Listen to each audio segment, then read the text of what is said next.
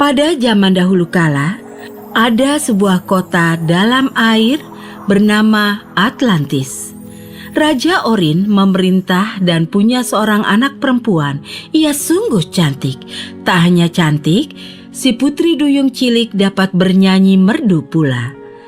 Putri duyung dilarang pergi ke permukaan laut untuk melihat dunia manusia hingga berusia 20 tahun. Setiap tahun, si putri duyung meminta pada ayahnya agar diizinkan pergi ke permukaan. Bersabarlah, putriku, giliranmu akan tiba. Akhirnya, tibalah hari ulang tahun putri duyung yang ke-20. Di penghujung hari, sang ayah berkata padanya, Saatnya telah tiba, putri manisku. Pergilah ke permukaan laut dan kembalilah. Beritahu kami apa yang kau temukan. Tapi berhati-hatilah dan menjauhlah dari manusia. Putri duyung mencium ayahnya, pamit dan mulai berenang jauh ke atas, ke permukaan. Hari kini malam saat ia tiba di tempat tujuan. Ia melihat sebuah kapal diterangi ratusan lentera berpendar. Jadi, ia berenang makin dekat ke kapal dan mendengar musik yang aneh dan indah. Ia ingin tahu bagaimana suara-suara itu dibuat. Lewat jendela di sisi kapal, ia melihat sebuah pesta ulang tahun di lantai kapal dan tampaknya itu untuk seorang pangeran muda. Ia adalah pria tertampan yang pernah dilihat si putri duyung. Langsung saja, si gadis lugu itu jatuh cinta. Setelah beberapa lama, sudah larut malam, aku harus kembali pulang. Ia baru akan terjun, tapi tiba-tiba ada suara aneh yang belum pernah ia dengar sebelumnya. Ada badai. Kapal sang pangeran mulai oleng dan goyah di laut bergelora. Ada teriakan-teriakan pilu saat para pelaut berusaha menyelamatkan kapal mereka dari ombak besar. Lalu dengan cepat kapal itu menabrak karang dan terpecah dua. Banyak jiwa terlempar ke laut. Begitu pula sang pangeran. Putri duyung tahu manusia tak bisa hidup di bawah air. Tidak, aku tidak akan biarkan cintaku tenggelam. Jadi, ia membawa pangeran kembali ke daratan. Ia merawat luka-lukanya sepanjang malam. Si pangeran pingsan saat tiba di tepi pantai. Jadi Putri Duyung membaringkan si pangeran di pasir di depan gereja kecil dan berseru minta tolong. Lalu ia berenang ke batu terdekat untuk melihat apa ada seseorang yang datang menolongnya. Si pangeran membuka mata dan melihat seorang gadis keluar dari gereja itu. Saat si gadis melihatnya, ia cepat-cepat berbalik lari ke dalam gereja untuk mencari bantuan. Orang-orang lari berdatangan. Sang pangeran ditolong dan diangkat dengan lembut. Si Putri Duyung lantas berenang pulang. Selama berhari-hari ia duduk sedih sendirian. Tapi Putri Duyung tak bisa melupakan sang pangeran. Jadi ia membuat rencana bodoh untuk berenang pergi agar bisa bersama si orang asing yang merebut hatinya itu. Keesokan harinya, Putri Duyung memanggil penasihat kerajaan, Sebastian si kepiting. Ia lantas datang menghampiri Putri Duyung dan berkata, Putri Duyung, apa yang bisa aku bantu? Antar aku ke Ursula, si penyihir laut. Sebastian terpekik kaget dan berseru. Wah, apa kau tidak tahu siapa dia? Dia itu penyihir jahat. Untuk apa? Lantas ia memberitahu Sebastian seluruh ceritanya. Tentang badai, juga tentang rencananya untuk hidup bersama sang pangeran. Setelah berdebat sejenak, dengan bodoh, Sebastian setuju membawanya ke Ursula. Si penyihir laut hidup dalam bagian tergelap dan terdingin di laut. Dan rumahnya yang terbuat dari tulang-tulang pelaut yang tenggelam, dijaga oleh ular-ular laut berbisa. Saat sang putri dan Sebastian memasuki liang Ursula, si penyihir berdiri di depan bola kristalnya. Ia menerawang ke dalamnya dan tersenyum licik. Ursula, aku datang untuk... Oh, Tuan Putri yang manis. Aku tahu mengapa kau datang. Kau ingin menikah dengan pangeran yang belum kau kenal. Kau ingin membuang ekor ikanmu. Jangan takut, aku punya ramuan yang tidak akan gagal. Jadi kau bisa membantuku? Tentu saja, nak. Itu pekerjaanku. Itu hidupku. Aku bisa menghilangkan ekormu, tapi itu akan sakit. Katakan saja apa yang harus kulakukan. Ursula mengambil ramuan berwarna gelap dari dapurnya dengan tentakelnya. Dengan ramuan ini, kau akan berjalan dengan 2 kaki.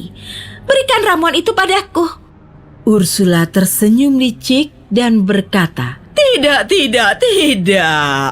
Untuk mendapatkan ramuan, aku punya persyaratan. Tak ada yang gratis. Bayar dulu, hei gadis manis. Tapi aku tidak punya apa-apa. Aku hanya putri raja yang kaya raya. Bagaimana aku bisa bayar? Suara merdumu yang kubutuhkan agar kau jadi manusia sungguhan.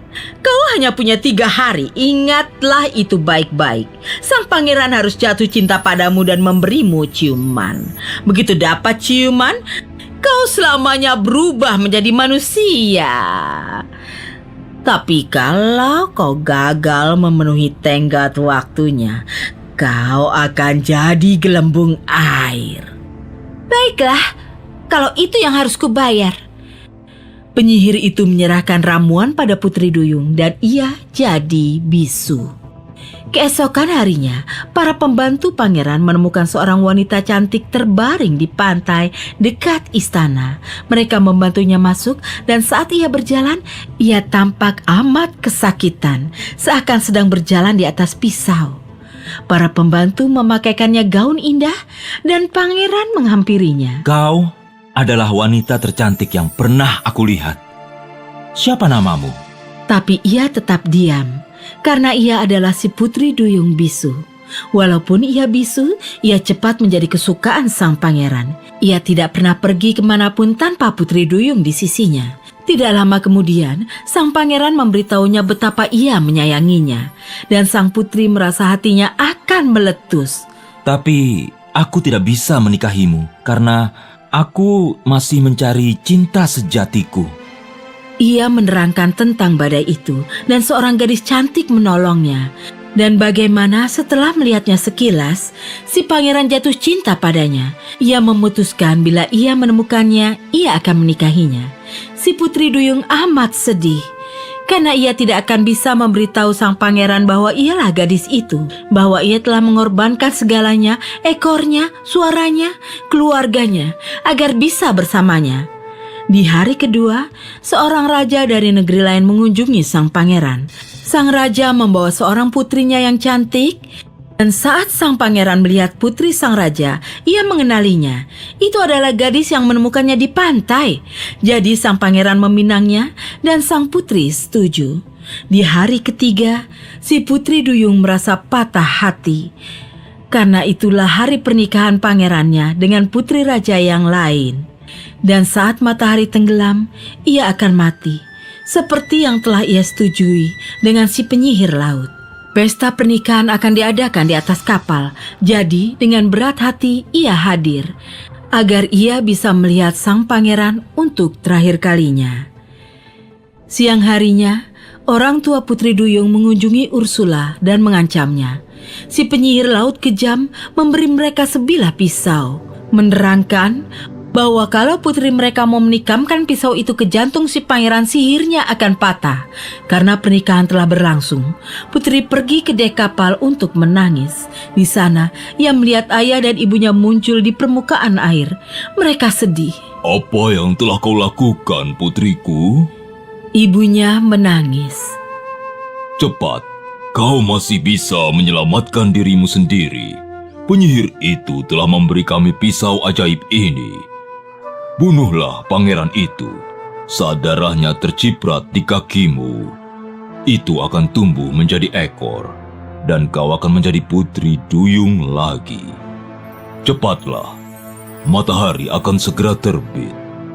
Setelah orang tuanya pergi, Putri Duyung lari ke pangeran dengan pisau itu. Ia menatap pangeran yang bahagia di sisi istri barunya. Satu tikaman pisau dan ia akan bebas. Ia melihat pisau tajam itu, lalu pada pangeran. Ia masih mencintainya, jadi ia pergi ke dek lagi dan melemparkan pisau itu jauh ke laut. Di pagi harinya, sang pangeran memerintahkan para pembantunya untuk mencari ke sana kemari, tapi Putri Duyung tak ditemukan. Sang pangeran sangat sedih dan sering duduk di pantai larut malam, merindukan sahabatnya. Dan kadangkala dia melihat gelembung-gelembung air bersinar dalam penerangan bulan dan hampir yakin kalau ia bisa melihat wajah si putri.